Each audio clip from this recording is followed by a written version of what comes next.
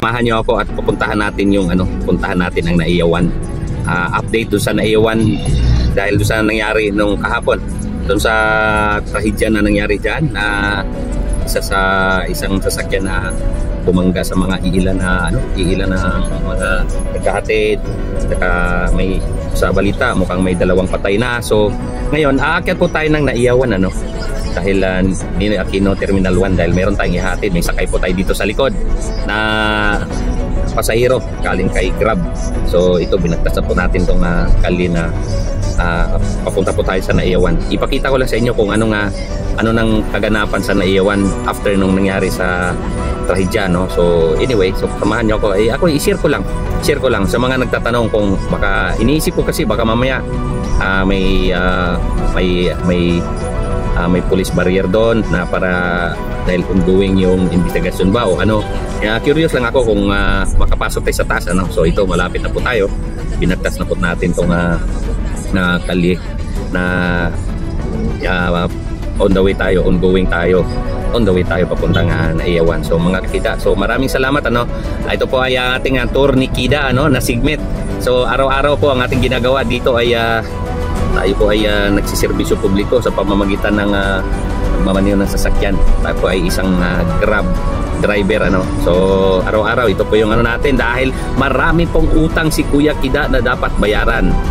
So kailangan kumayod muna tayo. So sa mga nag-aabang ng sa mga nag-aabang ng ating palaro, antay-antay lang at inaayos ko yung aking schedule para hindi naman masyadong mahirapan si Kuya Kida. Talagang mahigpit ang ating oras. Maraming salamat sa mga suporta sa akin, saka sa mga nagbi-views ng mga video natin, lalong-lalo na sa shoutout nga pala sa Rider Club na inaano natin, Ultra Rider Club Philippines Incorporated, ang Rider Club na binuo para sa mga charity program So nung isang araw nagkita-kita tayo diyan, Ultra Rider Club member diyan sa Quezon City Circle.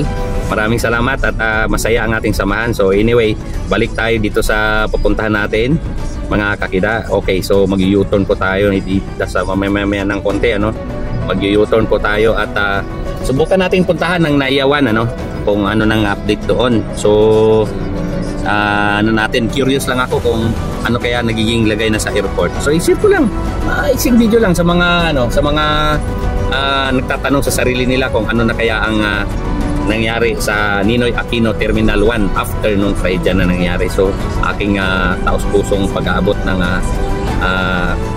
tawag nito, suporta, kondolense sa mga nawalan. At saka talagang kailangan talaga sa ating mga driver, ingat talaga tayo mga kakida. So yung mga sasakyan na baka mamaya yung iba bago lang humawak ng mga automatic transmission, from manual transmission, so medyo nag-adjust talaga, saka huwag masyado matataranta. So ito, may iikot na po tayo so ikot na po tayo at tingnan nga natin kung nang kaganapan sa taas. Okay, u-turn na tayo at para makakanan tayo dun sa kabilang side papunta ng Ninoy Aquino Terminal 1 mga kakida. So baybayan yung mga halo-halo ang video na makikita ni dito sa channel natin, hindi lang karera ng bike So sa lahat ng naikutan natin, sa lahat ng mga napasyalan nating lugar ni Kida Ikib na tinatawag kong tour ni Kida. So ito na, kumana na po tayo. Okay, so nakita natin, meron po tayong nakitang security guard nasa harapan natin. Mukhang sigurado itong mga to isilipin tayo kung may sakay. Kasi bawal dito pumasok na walang pasahero. Ayan po si Idol Guard. Okay, so ito na, hindi naman tayo hinarang so ito na, kakanan na po tayo dito at may kita natin kung itsura sa taas. Ayan na, nakita natin sa harapan natin ang view ng Naiyawan. Aakyat po tayo dyan. Okay, so aakyat po tayo dyan mga kakida. Okay, let's go. So dito po yung nangyaring trahedya dito sa bandang ito So nakakakilabot talaga pag naalala natin. So ngayon medyo normal naman. Kita po ito, marami pa rin tao sa kanan. So although itong kanan nilagyan niya ng cone, dito yung nangyari kahapon. So okay, so dito naman okay naman Ayun, so anyway, ayan.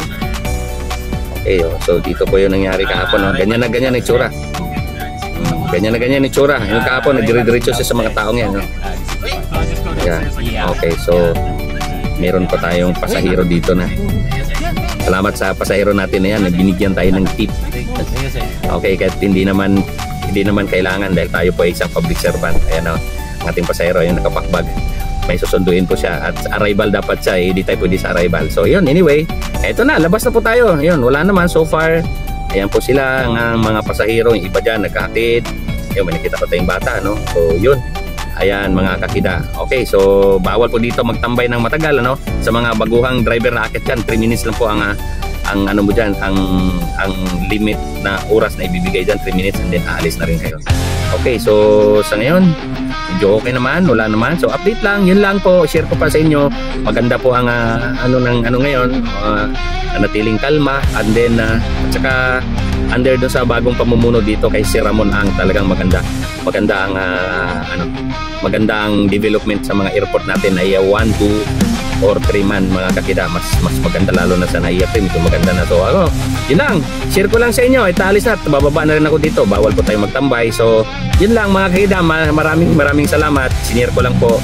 Please subscribe nyo, i-share nyo ang ating mga video, ang ating YouTube channel Kida Ikib, dahil ang inyong pag-share at saka pag-play sa ating mga video, ang munting sa sahod natin, ginagamit po natin na pambili ng medal, certificate, etc. trophy sa mga bata na tinutulungan natin, lalong-lalo na sa mga mahilig sa bisikleta. Ginamit po natin, ina-award natin sa mga karera ng bike. Okay, so maraming salamat. So paano? Ang Bulanong Bike Addict, ipagsamantalang magpaalam muna sa inyo at magsasabi, ang Diyos ay mabuti. To God be the glory. Okay po, bye-bye.